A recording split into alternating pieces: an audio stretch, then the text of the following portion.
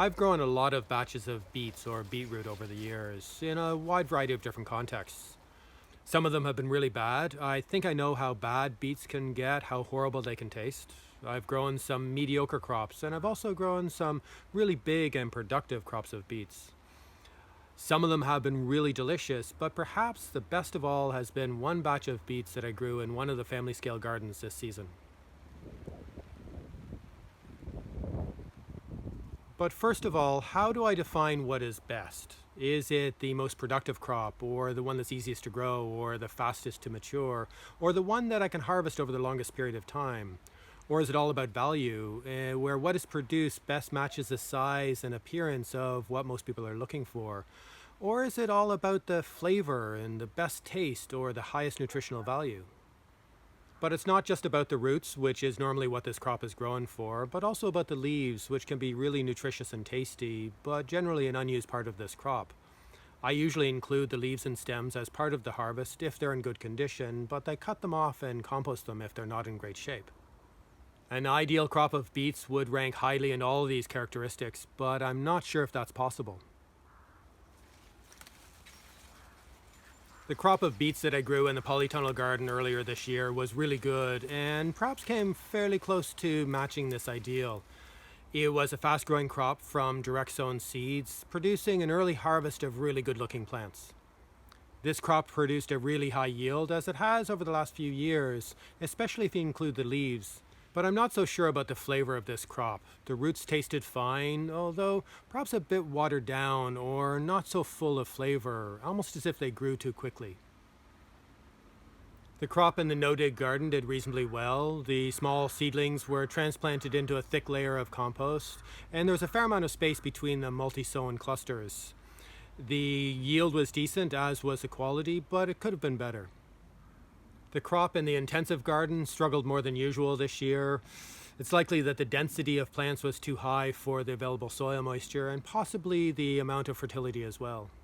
But I'm not really satisfied with the crops from either the intensive or no-dig gardens, and I think a big part of this is the fact that the plants are transplanted in rather than direct sown.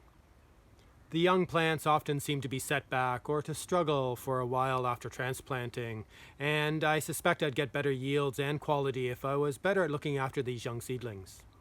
The drought conditions that we had this season definitely didn't help, especially as the young plants likely didn't have enough time to develop a deep and extensive root system before the soil started to dry out.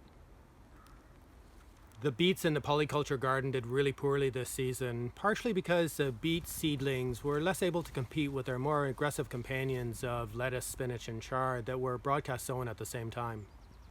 It was up to me to make sure that this bed was adequately thinned to give enough space for the beet seedlings, but I didn't do that very well this season, and this was compounded by the drought conditions we experienced.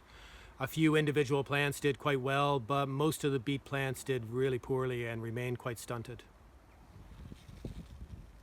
On the other hand, the beet crop from the extensive garden this year was really good, possibly the best I've ever grown, even though it wasn't the highest yield or the fastest crop, and the appearance and size definitely wasn't what most people would prefer. These plants had been direct sown into the ground at about the same time as the seedlings had been transplanted into the no-dig and the intensive garden, but most of the roots were harvested more than 6 weeks after the crops in these other two gardens had been finished. The young plants probably had much stronger root systems as a result of this direct sowing, which seemed to have helped a lot during the dry period that we had at the beginning of the summer. And once I did the final thinning of this crop, there was lots of space for each plant, which allowed them to grow with less competition or stress. I had harvested a few plants during the summer, but because the leaves remained in good shape with a deep, vibrant color, I decided to leave most of this crop for longer to see how it developed. And when I finished harvesting the row of lettuce beside the beets, I decided not to replace it with another crop, leaving even more space for the remaining beet plants. And when I finally harvested all the plants, there was a reasonably good yield, which is to be expected for the amount of time that they were growing, and there was a better proportion of root compared to leaf and stem, which is what I prefer. And the roots were surprisingly tender despite their large size, and there was very little of that tough woodiness that is often given as a reason for harvesting beets when they're a lot smaller. It seems that this woodiness can be avoided in part by giving the plants a lot more space. But more importantly, they were very tasty, possibly the best beetroot I've ever tasted raw, which I think is the best way to evaluate the quality of this crop. They were beautifully sweet with a full flavor and none of that harsh or unpleasant aftertaste that I often get after eating raw beetroot. Over the years, beets have become one of my key indicator crops, which I use to help to determine the quality of the soil health and fertility and the success of the gardening method that I use. The visual quality of the leaves is important, and I like to see a deep, vibrant green with a particular shine and no discoloration. But the taste of the raw root is a more important indicator to me. If the flavor is good and sweet, then I figure that the soil and growing conditions must also have been good.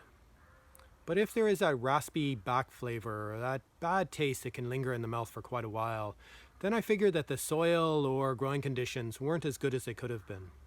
So with such great tasting beets, this indicates that the extensive garden has good soil conditions with a reasonable balance in fertility, and I've done a good job as a grower giving these plants what they needed. There appears to be a real benefit in direct sowing beets and giving each plant a lot more space, as it seems to create a much more resilient crop that can be harvested over a longer period of time, which can be really useful, but it's not necessarily what all the gardeners are looking for. Each time I'm able to grow a really good crop in one of the gardens, it starts me thinking about how I can change things in the other gardens to produce a crop that's just as good, if not better. It sets a higher bar to aim for all of the gardens. Looking at the soil tests from the extensive garden, there are still some deficiencies in the topsoil, and if these imbalances are corrected over time, I wonder how much better this crop can get. It's interesting to realize that I don't know how good beets can taste, and I'm looking forward to trying to find out.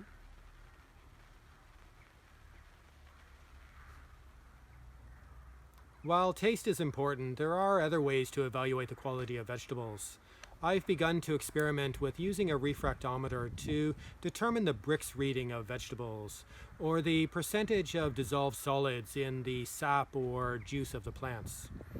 But I haven't yet found a consistent correlation between the Brix reading and the flavor or other factors, and I need to do some more work to figure out how to best incorporate this potentially useful tool into my work in the gardens. Sending samples of vegetables off to a lab for detailed nutritional analysis would also be a great thing to be able to do, but it's way beyond my financial resources at the moment. But I'm hoping that at some point in the near future, I will get enough contributions to my Patreon page to make this possible. If you'd like to help me reach this goal and to support my ongoing work in the Red Gardens project, please visit my Patreon page linked here or in the description below. And as always, thanks for watching.